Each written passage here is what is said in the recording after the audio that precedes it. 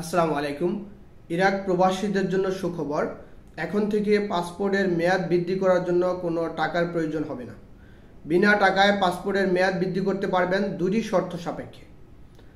পাসপোর্টের মেয়াদ বৃদ্ধির জন্য দূতাবাস থেকে দুটি শর্ত দেওয়া হয়েছে। সেখানে প্রথম শর্ত হচ্ছে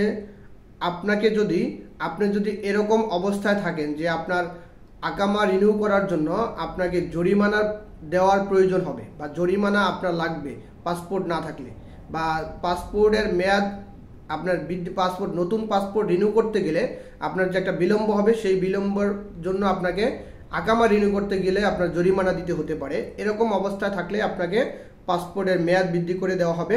আপনার এই বিনিময়ে কোনো ফি প্রদান করতে হবে না এবং সেটা জরুরিভাবেই একদিনের মধ্যেই দূতাবাস থেকে করে দেওয়া হবে।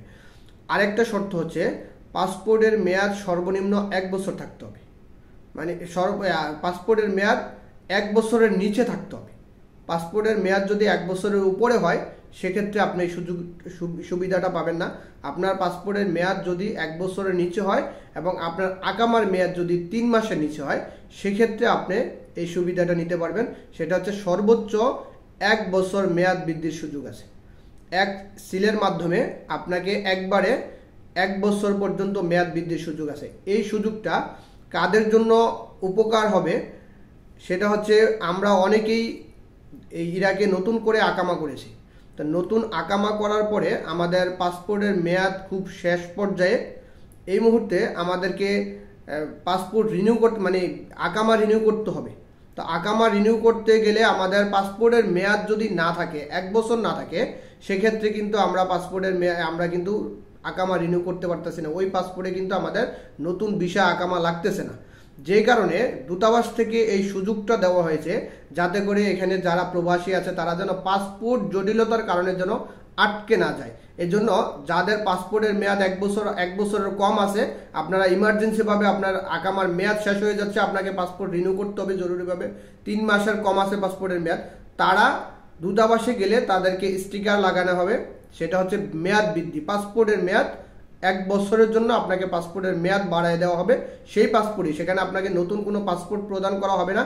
যেই পাসপোর্ট আপনার কাছে আছে সেই পাসপোর্টের মধ্যে স্টিকার দিয়ে তারা সেটাকে 1 বছরের মেয়াদ বৃদ্ধি করে দিবে।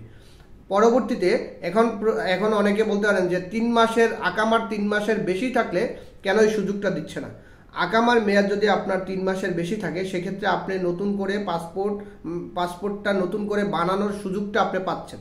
কারণ 45 দিনে দূতাবাস থেকে নতুন পাসপোর্ট, যেটাকে পাসপোর্ট রিনিউ বলে, পাসপোর্ট রিনিউ করে দিচ্ছে।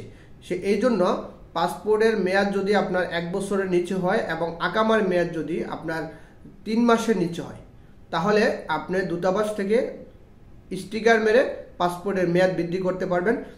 এই ধরনের সমস্যা অনেকেই আছেন যে যারা পাসপোর্ট ইতিপূর্বে আকামার জন্য আবেদন করছে কিন্তু পাসপোর্টের মেয়াদ শেষ হয়ে যাওয়ার কারণে তাদের দূতাবাসে তাদের পাসপোর্টে আকামাটা লাগতেছে না, ভিসাটা লাগতেছে না। তারা দূতাবাসে যোগাযোগ করলে, দূতাবাসে গেলে তাদের পাসপোর্টের মেয়াদ বৃদ্ধির সুযোগ আছে। দূতাবাস থেকে এটা বিজ্ঞপ্তি আকারে জানানো হয়েছে।